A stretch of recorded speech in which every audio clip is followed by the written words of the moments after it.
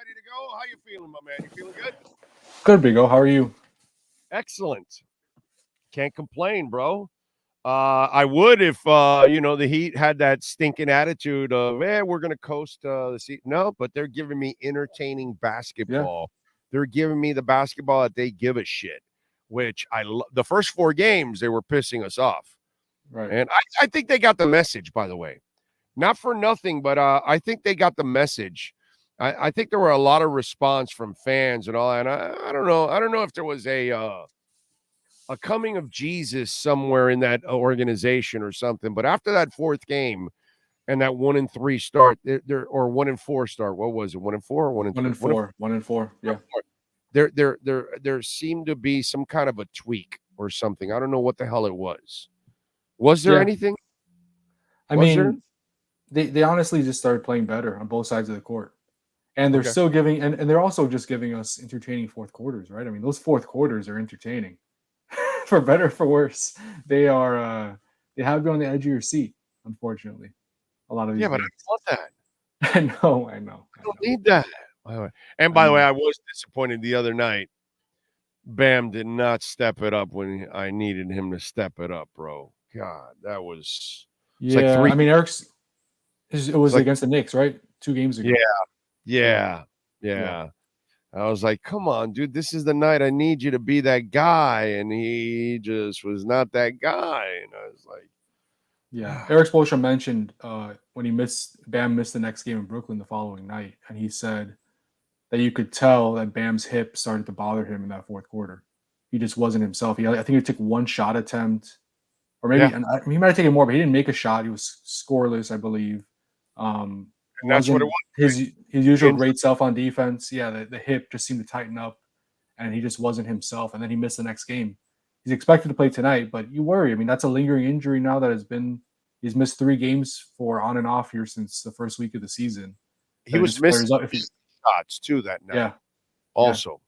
Missed that dunk at the end too. That dunk. Yeah. You're like, it was contested, but he makes that usually. Yeah, you were off that night. It was just a rough one. So, all right, you addressed shoot around, all that stuff. Who's playing, bro? What's going on? Yeah, so obviously Tyler's still out. Drew Smith is out. RJ Hampton is out. Bam and Duncan are probable, so that's a good sign. I think they're both going to play. Which kind of surprising on Duncan because he thought the sprained right thumb, that's a shooting hand. That might be a little bit. He's a shooter, but it looks like he'll play. Haywood Highsmith is listed as questionable after taking that hard fall in Brooklyn. I don't expect him to play. He's listed as questionable, so I guess there's a chance, but I don't expect Haywood Highsmith to play. He told me yesterday he was still sore from that fall. That's kind of like the injury Giannis missed a week or so against the Heat in the playoffs last season, where he fell on his butt and he missed like a week of playoff games. So imagine like Haywood Highsmith in the regular season, he's not playing 2 days later, 3 days later after that fall. And then Jimmy's questionable. That's the big question mark that I don't know right now. He didn't practice yesterday, turned his ankle in New York, missed the Brooklyn game. Didn't look like a bad turn of the ankle. And the fact that he's questionable is a good sign that it's not serious, but it's the same ankle that he turns 2 or 3 times a season. So I don't know if he will play it cautious or not. We'll see in a few hours. Interesting. Yeah. And listen, the other night I even gave him a shot just because it's Eric Spoelstra. You know what I mean? I was like, you just never know with this guy. You never know. Yeah. You never know with this. And, early on, they were giving a little bit of a battle, and, but eventually, personally, for me, I mentioned this a couple of times on the show. I was, in a way, I was happy for that game for the young guys because they get to play a lot and carry the load and get a lot of experience and all that kind of stuff. And even though it was a loss, but it's good experience for them, overall. And the one play where Jokic finds, that was nice. Haka's, that was beautiful. You know what I'm saying? Yeah. And so apparently our boy Jokic was misquoted or whatever, misrepresented in that whole thing. So I'm glad because I was going to be disappointed in him if he was really whining about it, because I got to go with track record. And the track record is the Miami Heat know what the hell they're doing. Sure. Okay. Yeah. So, and whose rotation spot is he taking? I mean, this is a deep – we've said it. The depth on this team is impressive. Yes, Yeah. people want him to play minutes, and yes, ideally he would get some minutes and he'd learn through the mistakes. But whose minutes is he taking? And there's no slot for him right now, unfortunately for him, unless there are injuries. He's not good enough right now. Right? Yeah. That's all. Yeah. Let's just, dude, let's just call it like we see it. He's not Jaime Jaquez right now. Right. He's just He's not. behind Jaime Jaquez. That's obviously very clear. He's 2 years younger than Jaime Jaquez too. I know we look at him as a more Right? experienced because he's his second year in the NBA, but he's 2 years younger. He's 20. I mean, he is a very young player. And offensively, I think he can help, right? But defensively, he's just right now, it's a big work in progress. Defensively, you saw him. He picked up 5 fouls in like, how many minutes did he play last game? 15 minutes. Yeah. It's just tough for him to stay on the floor right now defensively. That's the biggest area for him that he has to improve on. Yeah, dude. I mean, listen, this is not a team that just brings in young guys and says, Yeah. "Here you go, kid. Let's go." All the responsibility. No, dude, you got to earn every little centimeter of responsibility. And when you see, it's like what I was talking about with Chris Brooks with the Dolphins. This is an undrafted kid, and they have him blocking in key moments in the game as a rookie. Yeah, it says Okay, so everything you need to know. Yeah. exactly, because running backs, they don't worry about them running because that's natural for them. They worry about them blocking because they'll get people killed if they don't know who to block or how to block. The fact that that kid's undrafted, he comes in and they're already trusting him to block, that already tells you where he's at mentally with them. And so he's injured. And I know they're going to bring him back because he's so versatile. Same thing with Jaquez. It's why I was every time we were talking the trade, I was like, no, you go ahead and trade Jovic. Don't touch Jaquez. Give me Jaquez. That's the guy I want because you just see it, dude. He is so advanced. And for the Heat to put the ball in his hands, to trust him to play defense, to Mhm. trust him to defend LeBron, it's just stupid. It's ridiculous how much the Heat trust this kid, and it's obvious. And so when you see Jokic and you see Jaquez, it's night and day, brother. And the Heat Yeah. tell you by the actions of the Heat, it's all you need to know about what they feel about one guy and what they feel about the other guy. Yeah, and this isn't, they're not the Detroit Pistons who are just giving, like you said, young guys a chance to just grow on the fly and learn in games. Like the Heat is in a win now mode. We all know that. Whether you believe they can win a championship or not, they went to the finals last year. They've been to the Eastern Conference Finals 3 of the last 4 years. They're about winning right now. Jimmy's 34, Kyle's 37. Like you have a higher payroll, right? Like you got to win now. You don't have time to be putting a 20-year-old in there that's not ready yet. He's just, unfortunately for him, just not ready yet. And look, we know that he has a very good track record of developing players. Jovic is very talented. He has a lot of natural gifts. He has the size. He has good. He Yeah. can shoot with that size. He could pass. Um, he's just still a raw player, and with time, he'll get better. If he sticks around and he's able to stick around here, he'll get better and he'll get his chance. Yeah, the Dolphins, I said, are kind of like the Heat now. Now they know how to develop players too. You Yeah, know, it's kind of a lot of stuff the Heat have been doing for decades now. You know, some of these other franchises are finally picking and up and and that's the doing it secret sauce in salary cap sport and salary for cap leagues. You got to sure. develop these low cost players, um, because that gives you an advantage, right? We've seen it with the Dolphins. We've seen it with the Heat for years. Like that gives teams an advantage. Teams that can develop guys that are at a low salary and make them into one of the top players in the team, right? That's the secret sauce to having long term sustainable success. That's part of the secret sauce. The other part of that sauce is he has to have the right demeanor to on your team because you start bringing in shady characters, it pollutes your team. The Heat do a magnificent job of finding the talent, but they also find the character that goes with the talent. For sure. They rarely bring in the dude that's got a questionable character. They just don't want that. That guy won't fit here in that culture. You know what I'm saying? And that's something that I'm watching the Dolphins. They're doing. I actually talked about it the last couple of weeks that Chris Greer has done a marvelous job of adding players that have a lot of leadership qualities to them on this roster, and it's littered all over. and the Heat, they just ooze that, bro. Yeah. It doesn't matter. I don't give a shit if you're Haywood Highsmith, bro. You are a professional. You know how to carry yourself. You know what I'm saying? And Highsmith, from the moment you saw him in the summer league, you're like, whoa, this guy's built the right way. You know what I mean? You're like, okay, I see what they're doing here. You know what I'm saying? And that's the other magical thing that the Miami Heat have done for 20 plus years. They bring in the right people. Once in a while, there'll be, once in a while, some Yeah, of guys course. that's a little bit shady. They'll take their chances. I remember Rod Strickland came in, right, and he had he had a reputation. And brother, he was nothing but a professional here. Nothing but a pro's pro the entire time while he was here.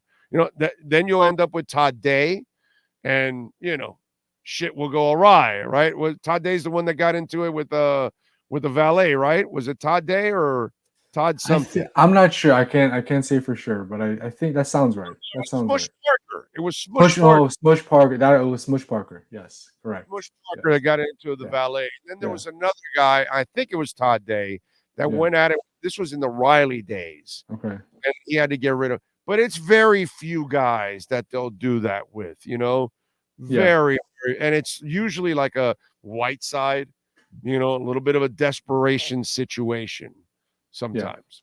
It's rare. And I think also there is a pressure when you're with the Heat to be that way, to operate that way, because you see the rest of the organization does, and if you don't, your days are going to be numbered there with the organization, right? So I think there's a pressure that even if that's not the way you've been your entire career, when you get there, you're more likely to kind of change your ways a little bit just to fit in and be able to have a career there, instead of saying, you doing, acting up and then you're moved somewhere else in a few next season, right? So I think there is a pressure, and that plays an impact. And also, that's why I was surprised with Nikola Jovic. Like, when those comments came out, I didn't even mention them. I didn't tweet them because it just didn't sound like him. I mean, I've spoken to Nikola numerous times. He's gotten drafted with the Heat.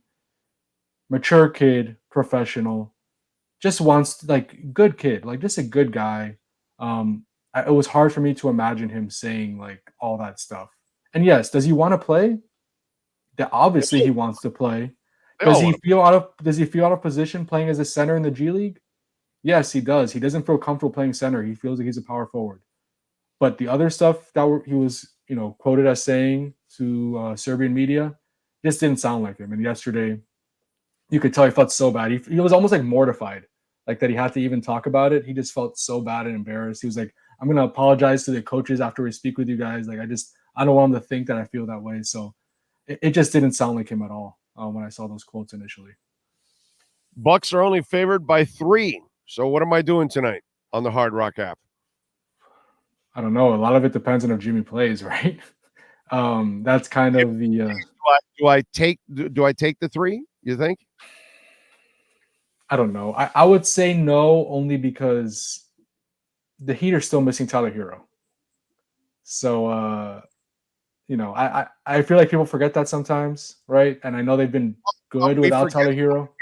We forget about it because he doesn't stop them from ever getting anywhere.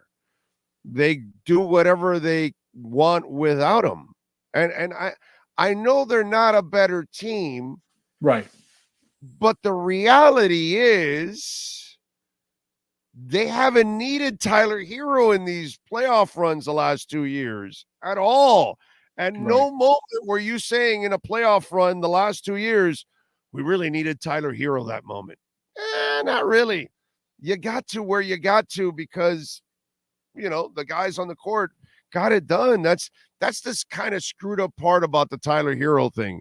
We can't say they can't do anything because of Tyler Hero because they've done it. Yeah. Well, I'm talking about this season with this mix of players. They have won a lot without him, but they've beaten one winning team this entire time. And the Bucks are obviously probably the best team they've faced since he's gone out, I would say. The Hawks are the only winning team they faced. So the Bucks, Bam didn't play. Right. Yeah, and it was in Milwaukee. So it's tough. I mean, if the Heat were 100%, and even if Jimmy plays, is he going to be 100%? The fact that he's questionable didn't practice yesterday, we've seen Jimmy when he's not 100%. He Is doesn't. Jimmy ever 100%?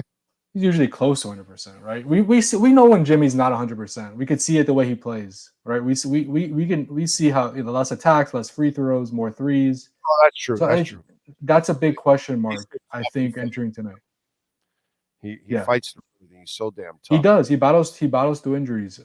So I would say I think it's gonna be a close game, as the Heat love to do. They love to play close games.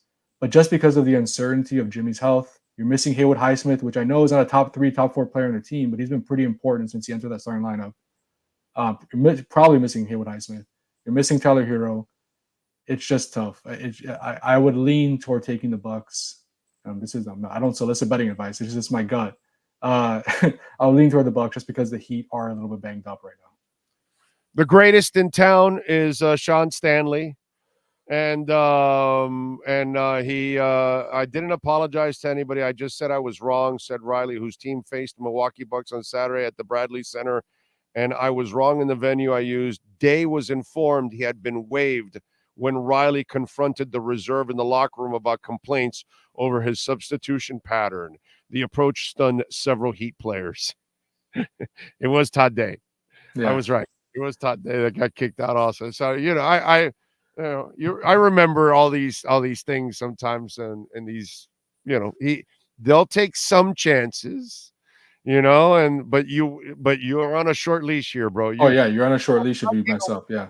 You will not get away with buffoonery with the Miami Heat for very long. You're gonna be moved out. Thank you, Sean. I appreciate you as always. All right, what do you got going on in the Herald, man, so folks can check you out, my friend? Yeah, I just posted actually right before the interview a story on Caleb Martin. I spoke with him yesterday at practice just about his road back, getting back into rhythm, getting back into his usual form. He's probably still the 4th best player on this team, one healthy, one right. And we've seen a little bit of the flashes more and more lately the last few games, especially in Brooklyn. He played really well. But he spoke about it. He's like, I'm trying to have patience with myself because I want quick results, but this is kind of like my training camp, kind of like my preseason, because he didn't play in the preseason. He missed most of training camp. This is his first extended few weeks of game action in months since really last season. So you're seeing that rust, but slowly but surely he seems to be getting back to his usual self. So check that out. I thought it was a pretty good interview just with him kind of talking about where he is, where he's at health-wise, and kind of his situation, how he's approaching it. Hey, by the way, has the Herald, do they have fake writers like Sports Illustrated? I'm very real, so I don't think so. Are you sure you're real? This is not a hologram. Are you sure it's not a hologram? Holograms move like that too, man. I don't know. Are you really covering the Miami Heat? Because, Sports Illustrated, I don't know what's going on there, bro. That's a funky. That's a wild story. That's a wild story. That's a sad story. Yeah. Okay? Yes. That's a sad story that they and the fact that they acted like, oh, that's go. Oh, really? We're doing that? They acted like almost like, oh, that's going. Oh, you guys know what you're doing. Yeah. Give me a break. You know what I mean? It's like, wow, dude. Yeah. Yeah. That was when I saw that. Yeah, it's pretty sad, wild, whatever you want to call it. But yeah, just an unfortunate story for journalism. I call it, and I would hold it against that. If I'm a reader, now I have to start questioning everything you're doing now, unfortunately, and that sucks because they do have people. We have 2 guys in town in Omar and Poop. They're real and doing the job. You know what I'm saying? But it looks bad on them now. Who's SI in basketball for you guys? Is it it's I'm not sure if it still is so I can't say, but I know last year it was Shandell Richardson. Right, that's what I thought. It's Shandell. That's right. Shandell's the best. He's a great guy. Sun Sentinel, been around for a long time. So yeah. I don't know. I don't even know if they're still doing it, but. Yeah, I'm not sure. I'm not sure. It's bad for the real people that actually cover it, dude. I mean, wow, they're not going to trust your work. That is crazy stuff. For sure. All right, follow on Twitter at Anthony_Chiang. Enjoy the basketball, my friend. We will catch up later on in the week. Thanks, Big O. Have a good week. Thank you, sir. There you go, baptisthealth.net/ortho.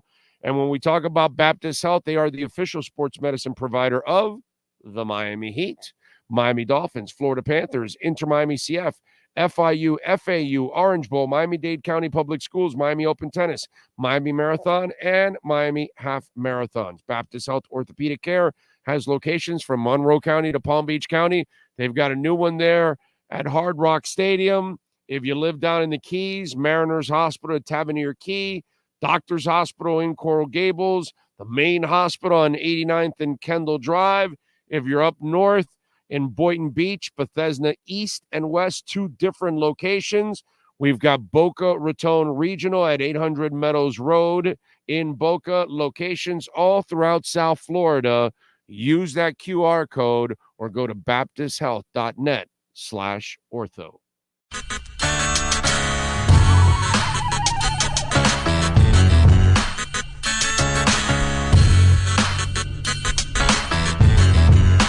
This is the Big O Show. This is the Big O Show.